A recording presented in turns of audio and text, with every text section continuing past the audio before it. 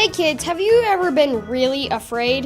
Maybe it was after a really scary dream, or maybe it was because your room is really dark, or maybe it was during a loud storm. Everyone is afraid sometimes, and that's why we need a little something called courage. That's what our lesson is about today, and it's from Psalm 27.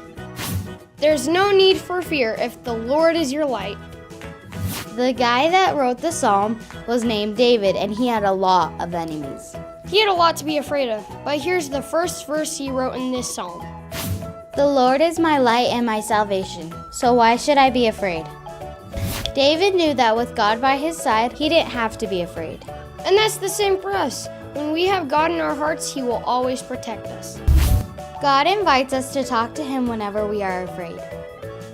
People do some pretty weird things when they're afraid, like screaming or running around, or pulling their hair out.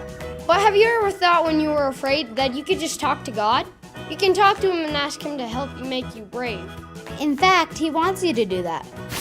My heart has heard you say, "Come and talk with me." And my heart responds, "Lord, I am coming."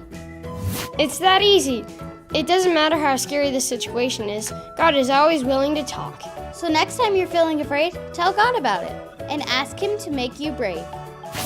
The key to courage is waiting for God to show up. That's what David tells us at the end of this psalm. Memory verse, wait patiently for the Lord. Be brave and courageous. Whenever David started to feel afraid, he worked hard to remind himself that God is bigger than his fear. He knew that if he asked God to make him brave, He would do it. He just had to wait patiently. Keep that in mind. When you ask God to make you brave, it doesn't happen right away. So kids, next time you have a bad dream or feel afraid in the dark, think of this lesson. Remember that God is there with you, and if you ask, He'll help make you brave.